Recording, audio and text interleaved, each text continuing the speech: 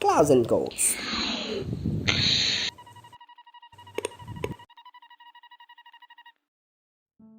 Fala, eu sou o Lican, você está na Clausen Codes, seu canal de game dev direto e reto. E hoje eu tenho uma perguntinha para poder fazer para você. Você gostaria de ter um poder na vida real? Mas algo simples, algo que todo mundo tem, ou seja, você não seria especial. E provavelmente, como todo mundo já nasce com isso, seria tão relevante para você como enxergar. Você ainda gostaria de ter? Imagina a seguinte situação. Você é um homem das cavernas, morto de fome, precisa caçar. Você tem uma caverninha ali modesta, no meio de uma savana, que faz divisa com uma floresta. Essa savana tem predadores que você não consegue enfrentar, então você resolve se arriscar na floresta, porque tem frutinhas, alguns animais menores, e você acha que vai ser mais fácil. Então você resolve se aventurar no Inferno Verde. Chegando lá, você começa a avistar algumas frutinhas, resolve ir até elas e bum, morreu. Ok, por que você morreu? Porque você foi atacado por alguma coisa cruel que a natureza adaptou para poder camuflar e atacar. Você nem viu que te matou. E provavelmente nessa época era muito fácil morrer por conta disso, de algo que você nem viu, não conseguiu prever, mas talvez os seus amigos viram e não vão tomar a mesma escolha de se arriscar na floresta. Tá, mas se ao invés de você ser uma pessoa comum, você tivesse esse sexto sentido que eu falei, como é que ele apareceria? Bom, voltamos na entrada da floresta. Você tá dentro da floresta, avista as frutinhas e, de repente, você começa a ter uma sensação esquisita. Você olha entre as árvores e tem uma mancha vermelha em formato de um dinossauro. Você fica com medo e foge, garantindo mais um dia vivo. Esse é o Tiki. Tiki é True in Colors, que é tipo verdade em cores. É o sexto sentido que você tem, que atribui significado a algo que você não tá vendo, mas sabe que tá ali. O seu cérebro viu, mas você não viu, então ele vai lá, escancara isso na sua visão e atribui um significado. No caso, o vermelho é perigo. E tinha ali um dinossauro verde, camuflado no meio do mato, só esperando os desavisados que vêm comer frutinhas. Por conta disso, quem não tem esse tique começou a ser morto mais facilmente, por conta da lei natural. E quem tinha essa característica, esse sexto sentido, começou a se sobressair, começou a sobreviver mais, se reproduzir mais e passar esse gene para frente. Na lore do jogo, isso é extremamente importante. E esse sexto sentido é uma característica que evolui muito rápido. Então, em poucos milênios, ele chegou em outro patamar. Então, ninguém mais hoje em dia consegue ver as cores como elas são. Elas vêm sempre com um filtro do tique. Então, uma pessoa não sabe, por exemplo, que rosas, ou melhor, um campo de flores tem várias cores diferentes. Para elas é uma cor só, é branco, é recurso. Mas daqui a pouco vocês vão entender o que cada cor significa e por que tem cada significado. Mas antes eu quero falar como é que esse tique funciona. Isso faz parte do jogo, é lore também, né? E, inclusive, é spoiler, se você quiser continuar, continue por sua conta e risco.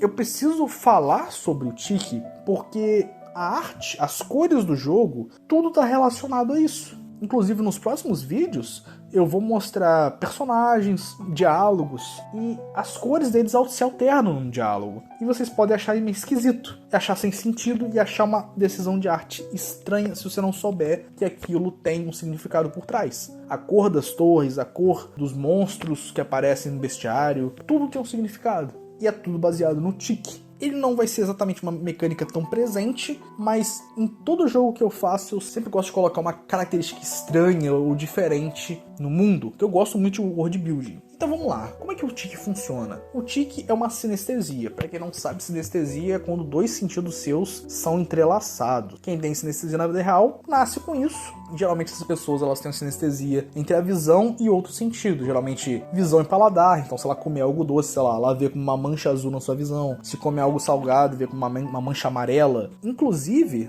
tem um cara que tem sinestesia entre a visão e o paladar. E ele ajudou os criadores do filme Ratatouille a descrever o que ele via quando ele comia coisas. Então, quando os personagens comem coisas no filme e começam a ver tipo uns fogos de artifício coloridos, é aquilo que o cara viu. Ele descreveu o que ele via com a maior precisão de detalhes, e eles adicionaram ao filme. Isso é muito interessante. Então aqui, o tique é uma sinestesia que está ligando a sua visão e a sua metacognição, de certa forma. Por exemplo, assim, sabe quando você vai e encontra uma pessoa na rua e acha que, nossa, meu santo não bateu com essa pessoa parece estar escondendo algo, essa pessoa é muito arrogante, sei lá. Você começaria a ver isso em forma de cores. Só que não é algo tão simplesinho assim. Tem camadas, as cores têm muito mais significado e você pode alternar o seu tique para filtros diferentes. E as cores, elas carregam informação que vem dos outros também. Então, o tique, as cores que você vê são baseadas na sua experiência de vida. Então, por exemplo, assim, se eu tenho pra mim que azul é o que é meu, são todas as coisas que são minhas. Se tiver um bolo de chave numa festa ali e a chave do meu carro estiver no meio e eu quero ir embora, não quero ficar testando qual chave é qual, eu consigo ver em azul a minha chave, me poupando tempo. Mas para outra pessoa, talvez as coisas que são dela, ela classifica como verde. Então, depende da sua experiência de vida. E isso pode ser uma bagunça em sociedade. Ainda mais uma sociedade que não vê mais as cores das coisas como elas realmente são. As pessoas precisam saber se comunicar. Então, vem a segunda questão.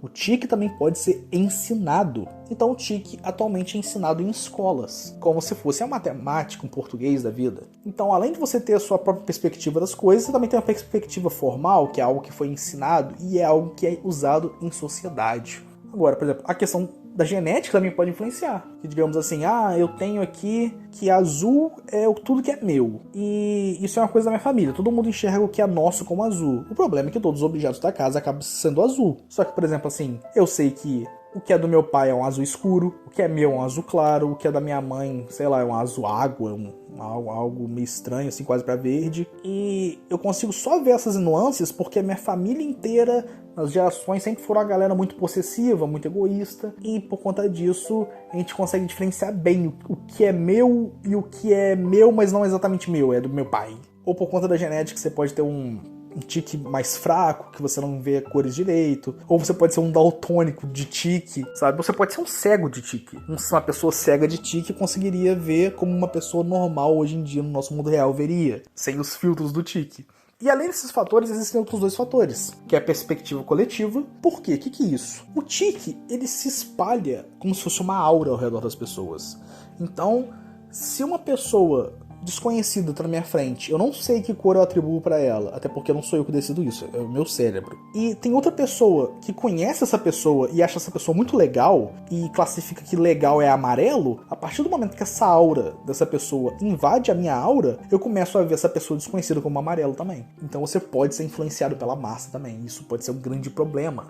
E tem a questão do resíduo sintático. O que é isso? Como o tique é uma aura, essa aura ela transfere informação, ela carrega informação de uma maneira etérea. Quando essa aura toca um objeto, esse objeto armazena parte dessa informação e geralmente essa informação está relacionada a como eu vejo esse objeto. Então, por exemplo, assim, eu tenho um machado, esse machado é meu, então eu vejo ele como azul. Beleza. Se tiver uma outra pessoa que vê o que é dos outros como amarelo, e eu perder esse machado, ela vai ver esse machado como amarelo. Então ela vai saber que, esse machado é de alguém. Eu não posso pegar e levar pra casa, porque ele é de alguém. Ele tá aqui como amarelo. Eu posso estar no Japão, mas o machado lembra que ele é de alguém, sabe? Porque ele tem ali o resíduo sintático. Agora, por exemplo, se eu pego esse machado e falo, quer saber?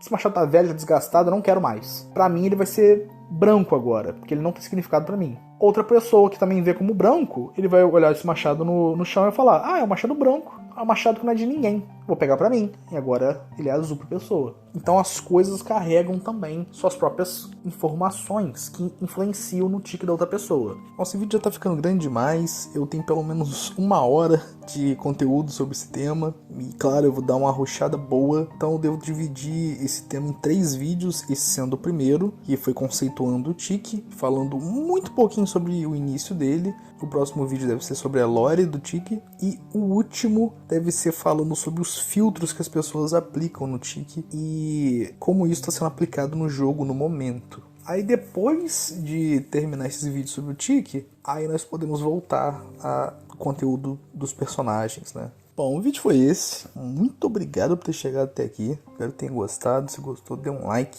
se inscreva, compartilhe, comente. Vídeo novo toda sexta-feira ao meio-dia. E te vejo no próximo vídeo, meu nobre. Beijo, beijo.